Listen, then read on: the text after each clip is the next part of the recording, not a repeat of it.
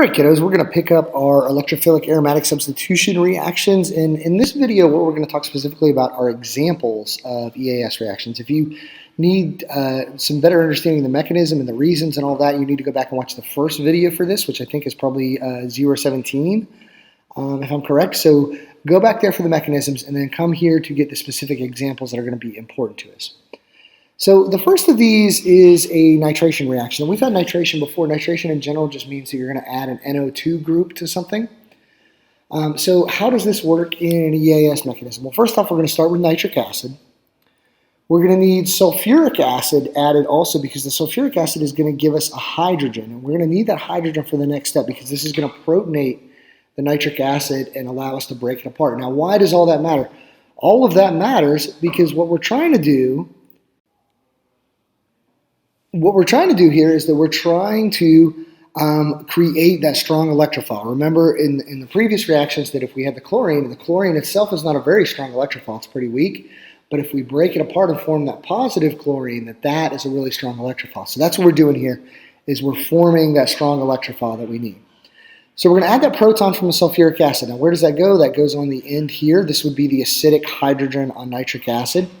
And so we're going to add that there. Now, you can already start to see sort of a little bit of maybe what the setup might be here, in that if we cut this in two here, we would have a water molecule and the nitrate. And in fact, that is exactly what's going to happen here. So we're going to get a nitronium ion, which is essentially the nitrate added on, okay? Or I'm sorry, not the nitrate. The nitro group added on is a nitronium ion right now.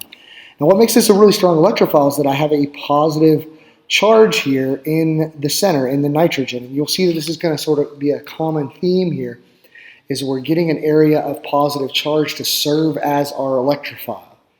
Okay, and remember these charges are important. If you think back to alkanes and stuff, or alkenes, that the carbocations are what's really important there. And so the formation of these ions is what drives a lot of these reactions to happen. So we get the nitronium ion, we get the water molecule.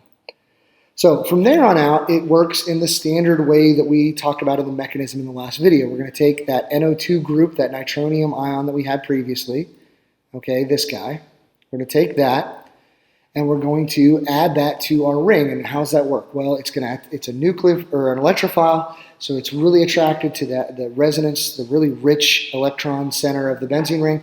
So it's going to attack that. Essentially, one part of the ring is going to not really open up, but it's going to allow that electron pair to bond to the nitro group right here. We still got the hydrogen there, and that's going to create a carbocation. Remember that it's a resonance structure, so it's still a benzene ring. And so even though we've lost the aromaticity, we've still got that resonance structure in there so that carbocation can move around. And then eventually what's going to happen is that hydrogen, of course, is going to come off, and we're going to get our nitro added to our benzene. So where does the hydrogen go? Remember, the hydrogen is probably going to go with something else added on. So in this particular case, you probably had to add some base to help pull that hydrogen off.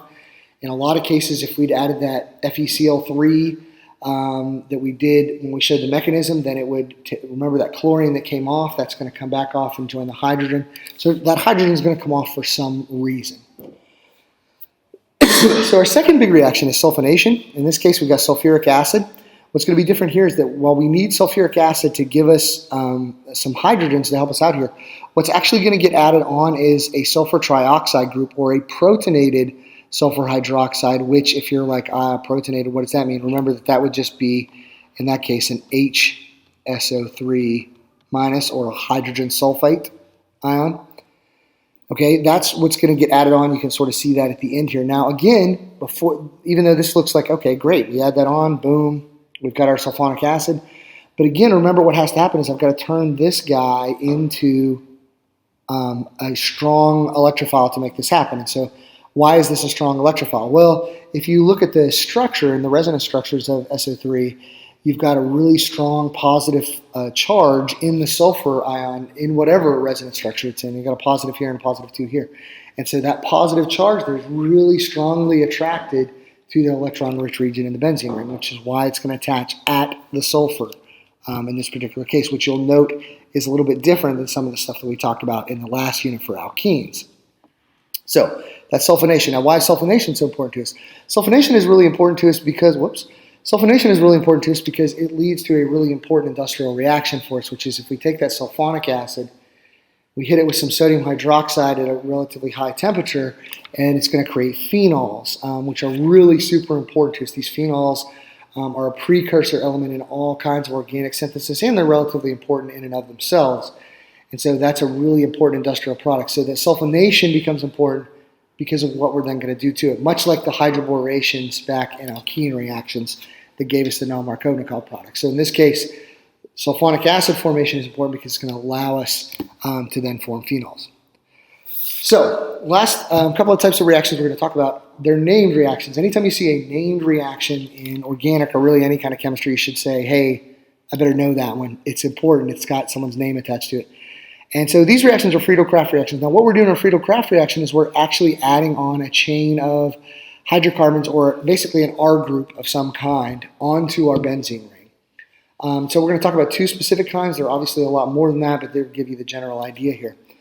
So a Freidel-Crafts reaction, the first thing we need to do is to form a strong electrophile, just like in every other case that we've done for this EAS. The way that we're going to do that is we're going to add our AlCl3. That's going to be our reagent there. Excuse me. You'll recognize that that's pretty similar to the FeCl3 that we used just in explaining the mechanism. To that, we're going to add an alkyl halide. Now, remember, alkyl is just a substituent group made of hydrocarbons, right? So in this case, it would be an ethyl, okay? But that's an alkyl. And then it's a halide because there's a chlorine there, and so that makes it an alkyl halide.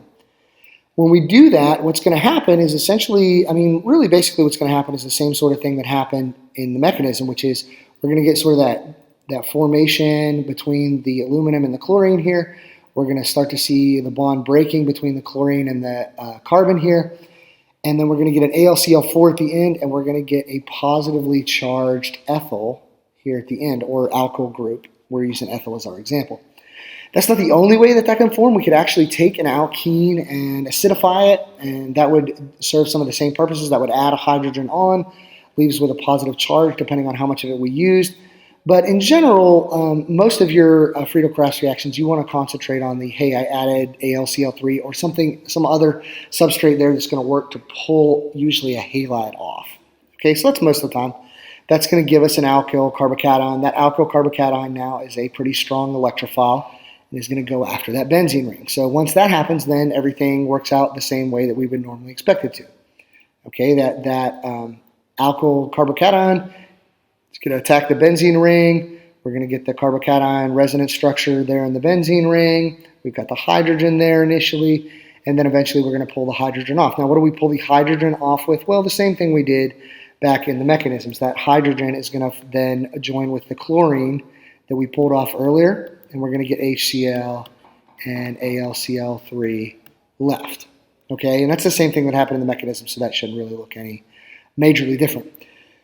So another type of Freidel-Crafts reactions, those were Freidel-Crafts Acylations, and these are Freidel-Crafts Acylations. And the difference here is that instead of just a straight hydrocarbon group, that we have a carbonyl group somewhere there. We're going to form this electrophile here in the same way that we did before, add an AlCl3 or something like that. Usually it's AlCl3. And we're going to form that cation. That cation is then going to attack. We're going to pull off the hydrogen again. And instead now what we have is we've added a ketone group to our benzene ring instead of just a straight alkyl group. And so those are Freidel-Crafts Acylations. Alkylations are just with the hydrocarbon groups. Okay, so especially with those Freidel-Crafts, just make sure that you know what's going on in each of those. Make sure you know what an alkylation and an acylation is. But remember, these are just examples of what an EAS reaction is. And so you need to make sure that you're pretty confident in the mechanism. And these are all sort of cases that you can apply that mechanism to. So you could get a case where I'd say, okay, show me what's going on with the electrons in a nitration. And you could do that because you know the example and you know the mechanism also. All right, thanks a lot, guys.